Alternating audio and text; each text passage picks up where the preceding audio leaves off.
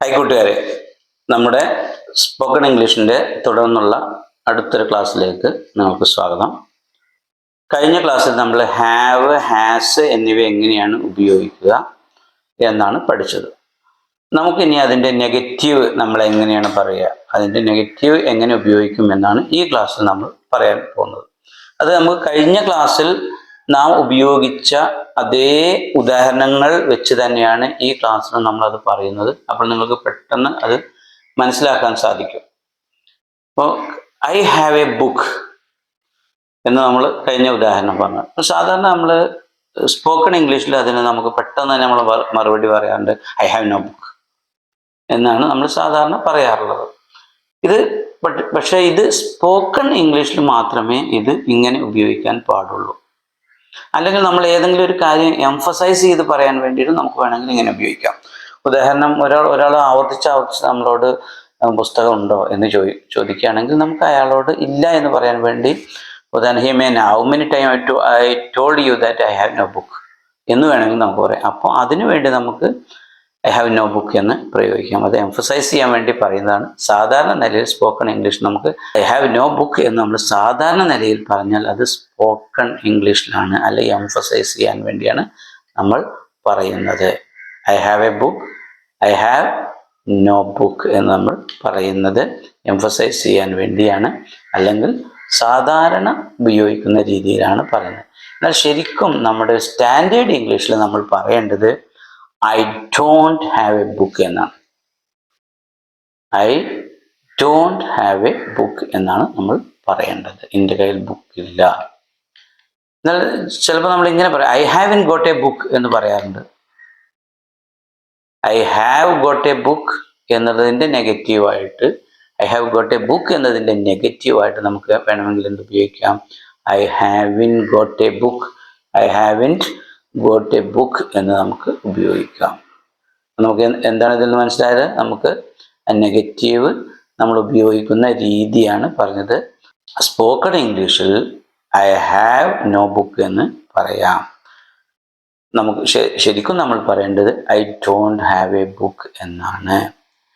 അതേപോലെ I haven't got A book എന്നിങ്ങനെ 3 വിധത്തിൽ നമുക്കിതിൻ്റെ നെഗറ്റീവ് പറയാം.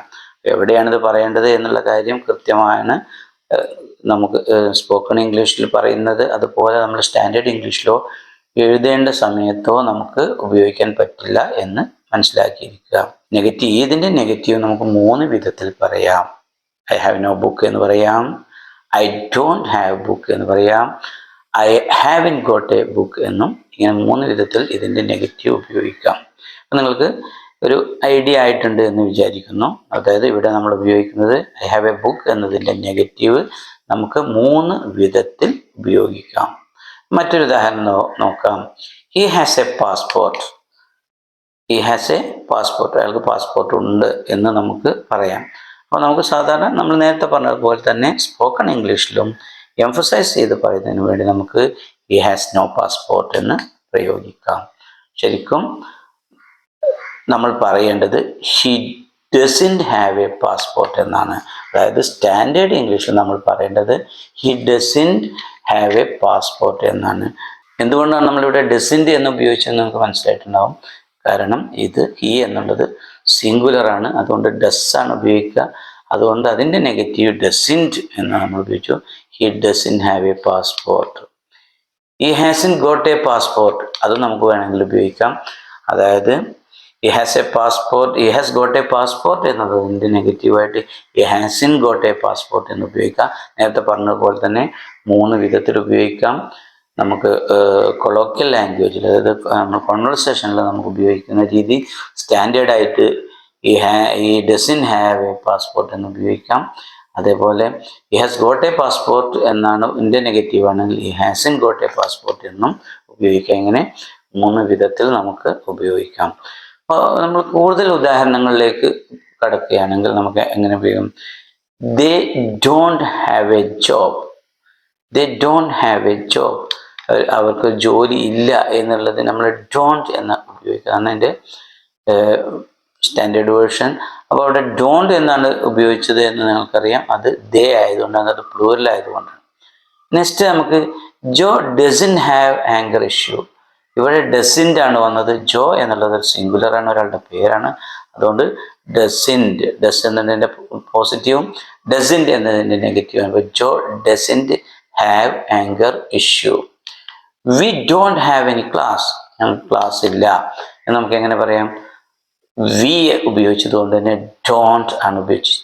V don't have any class. This doesn't need a experience. അപ്പോൾ നമ്മൾ ഇവിടെ ദിസ് സിംഗുലർ ആയതുകൊണ്ട് ഡസൻറ്റ് എന്നാണ് ഉപയോഗിച്ചിട്ടുള്ളത്. He doesn't have the mind to do it, അയാൾക്കത് ചെയ്യാനുള്ള മനസ്സില്ല.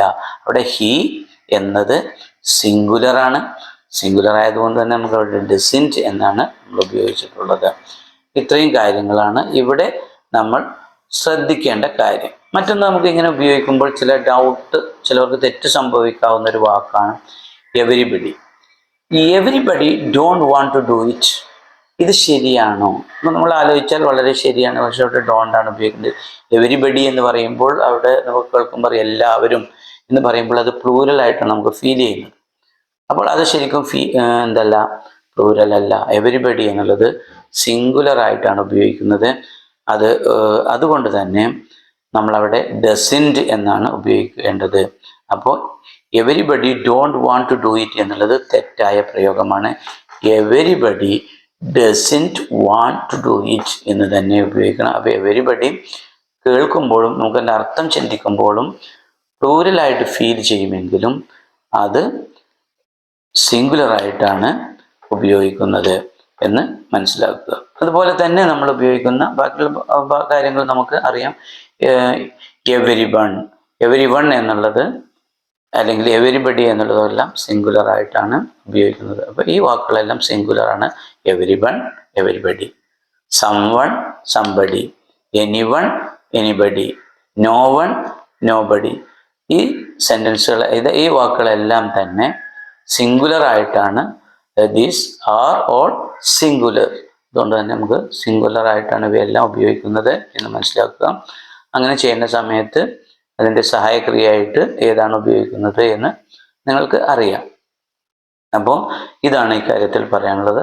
അപ്പോൾ നമ്മൾ ഇതിൻ്റെ നെഗറ്റീവുകൾ ഈ ക്ലാസ്സിൽ മനസ്സിലാക്കിയെന്ന് വിചാരിക്കുന്നു.